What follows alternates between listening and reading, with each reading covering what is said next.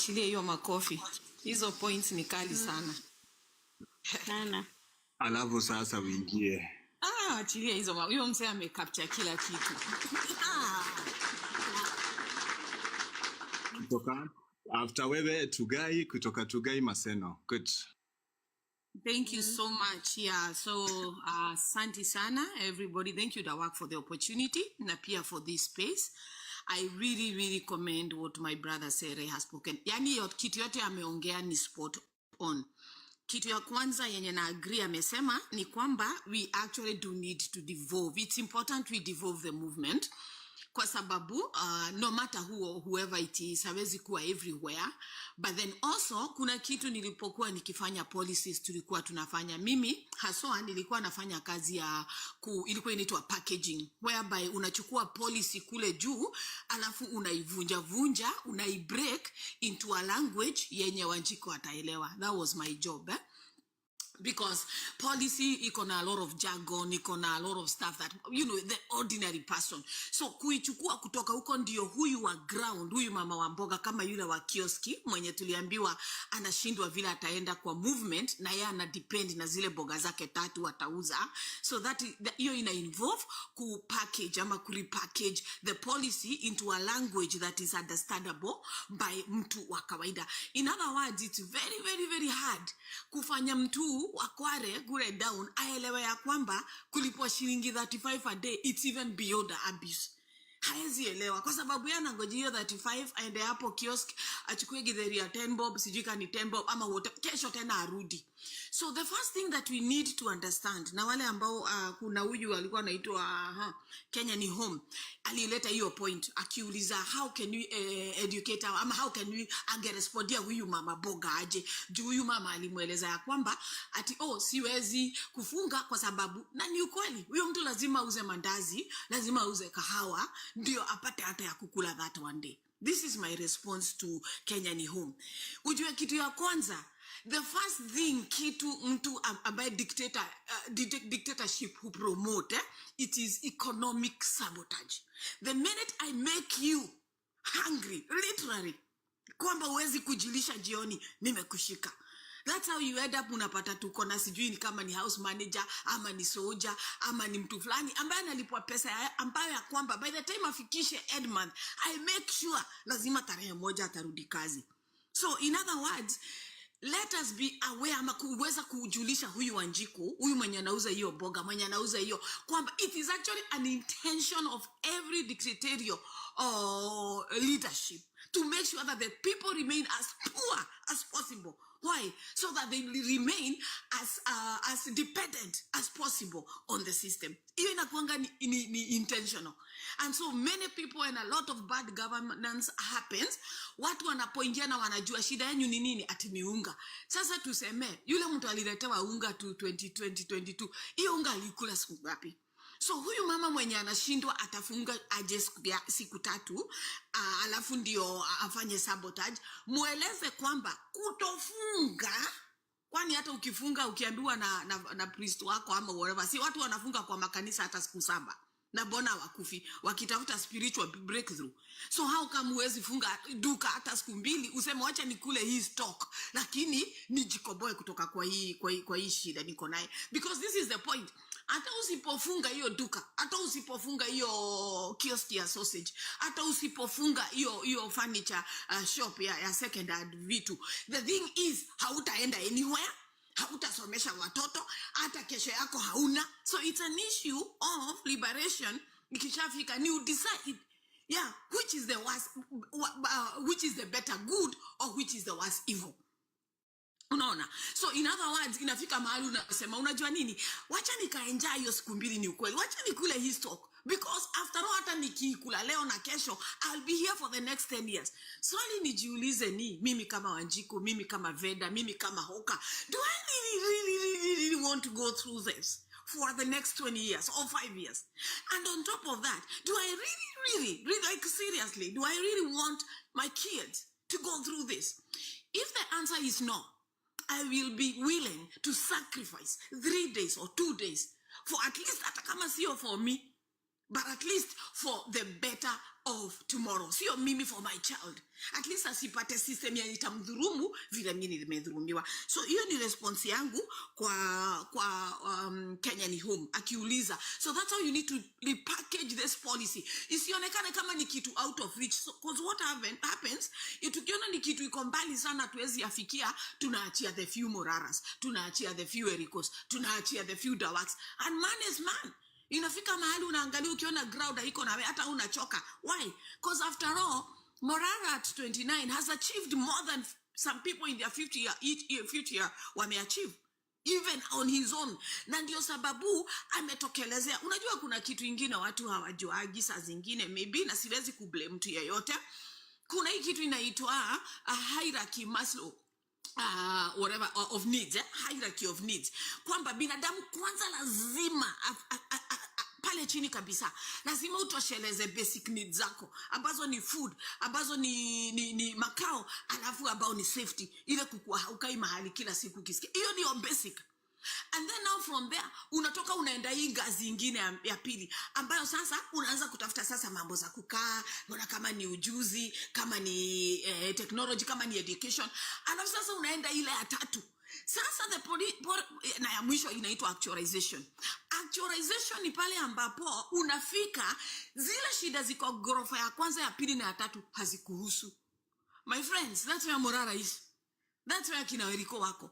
And unfortunately, that is where the government and the leadership wako katika hiyo area inaitwa actualization. But this is what happens.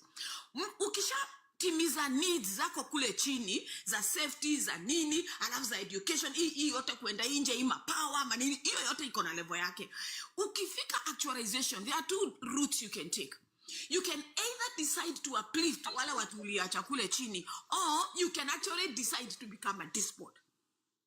That is how it works. Inaitwa Maslow hierarchy of need. Na nataka kukuchallenge in a very good way. Dawak tuletea hiyo nini? Tuletea hiyo chart. Ndio watu wote wajione how this thing works. So what happens, wale politician wetu unfortunately wakifika ile level ya actualization, because conscience yao imekufa, they actually choose kuenda kufinyilia wale ambao bado wako kwa safety needs. Kwa hivyo mama mboga, don't think ni kitu ati happen because of ni president mbaya ama nini. Hapana, it is actually intentional. Because that's the only way you can control the masses, is to make sure that they don't go beyond a certain level within that hierarchy of needs. Hiyo nimemaliza. Sasa nitataenda tu ni mention kidogo, kwa sababu watu wengi sana wame mention kuhusu economic response. Mimi ni mtu wa US. And this is how we do it.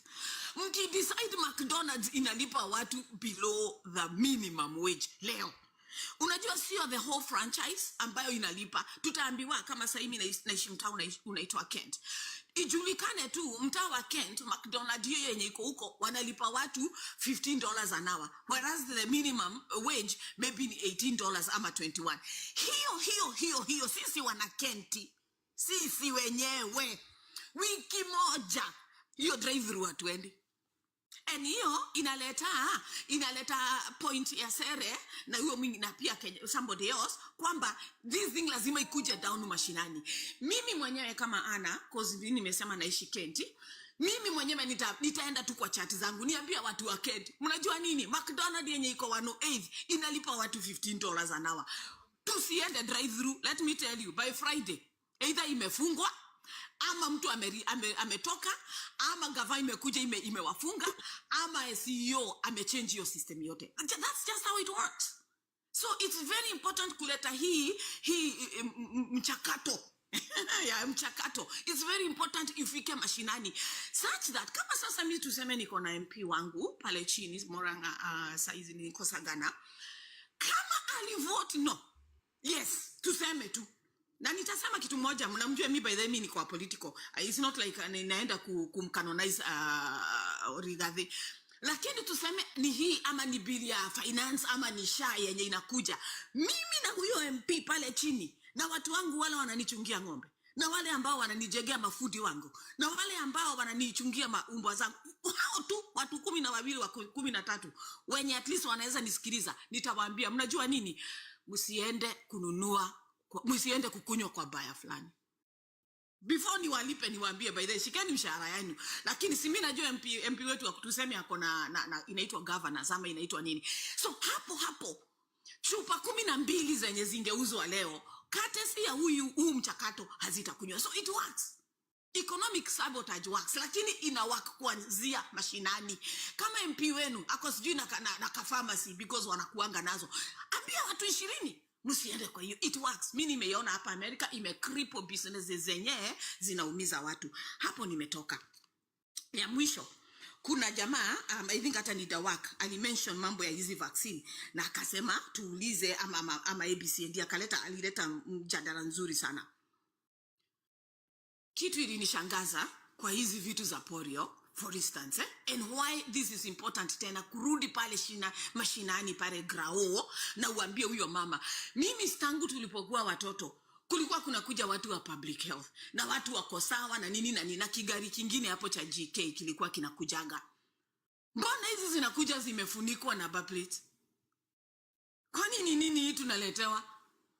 And you are saying that you cannot question. How gari nafungwa aje? Na hiyo ni kitu mama hata kama alidrop standard 8 alijiulize. Kwani ni chajo gani hii? Hii ambayo gari niliona hizo gari zinakuja zimebanwa number plate. So hiyo ni kitu tu ya kufanya mtu yeye tu mwenyewe ajiulize. Na nitacomment kitu kidogo tu hapa alafu ni respondie Queen nikiondoka. Queen nikimcomment kwamba sisi wenyewe by the way mimi niko healthcare hapa hivi US tumekorea katika hiyo area, so si ni ma investor in the healthcare system. Juzi tu tumepata kutoka kwetu na sasa tunagojea governor atupatie hiyo kitu. Tukaambiwa tutupe vaccine zote batch zote zenye zilitoka 2022 2023 tusipeane. Tukarudi tukaambiwa tuzilebo. Normally this is what happens in the US. Ukitaka kuna siku moja ambao madawa zote zenye ziko kwa nyumba mnazipeleka police station hapo nje, mnaziacha hapo. Zile ulipewa 19 na hukutumia, kuna siku zinarokotwa. Another day zinafanywa mnachukua mnarudisha pharmacy yenye iko karibu. Kuna kibini kiko hapo. So that is the model operandi. That's the norm ya kutupa madawa US. Hawezi ziweka kwa trash can. But this time tukatumiwa barua na department ya health. Ikatuambia zile vaccine zote zenye mlikuwa mnapeana msipeane, na ati hata kama hiyo batch haijaisha andika expired urudishe CDC. Tukawaambia haturudishi. Mlazima mtuambie kwani hizi vaccine tulikuwa tunapeana ni nini. All of a sudden tukatumiwa memo. Tukasema hapana. You are telling us tuache kufanya kitu tumekuwa tukifanya, kupeleka hizi vitu police station ama kupeleka kwa bini ya healthcare. You are telling us tuzilebo na tunalipiwa tunatumiwa mpaka mabahasha, so we are not even paying. Alafu ati kuria azichukue arudishe CDC. Tukisema hapana, lazima mtuambie kwa sababu why? Kwa sababu tumeona watu wamekuwa wakikufa na walikuwa wanaambiwa tu. Walikuwa wanaambiwa na research. Walikuwa wanaambiwa. Lakini nao sasa vile wamejua, hey, by the way ni kama hii kitu haifanyi kazi. So ndio sasa sisi who are stakeholders tukaambiwa tuchukue hizo vaccine. Tulikata. So right now vile tunaongea sisi sasa na hao police sasa na Ministry of Health lazima wakuje watuambie kwani hizi vaccine walikuwa wametuambia tudunge watu 20 na 21. Sasa hiyo wametuambia tuzirudishe CDC against the policy. We are not going to do it. So what is my point? My point ni kwamba mimi as an individual nisijione kana kwamba sina uwezo. So Queen, na hiyo kazi unafanya na hiyo channel yako, usijione kama hauna impact. Make a lot of noise. Na kama watu kama Dawak wale ambao wako katika mahali wanaweza kuamplify, chukua hiyo information, run nayo. So usikufe moyo useme ati what am I doing? No. Maybe uchangamsha watu huku ground. Watu mpaka wanasema, and you know is that Kenyan lady? What is she saying? Yes, unakuwa una shape opinion. Kwa sababu lazima uhold watu accountable. Kwa nini?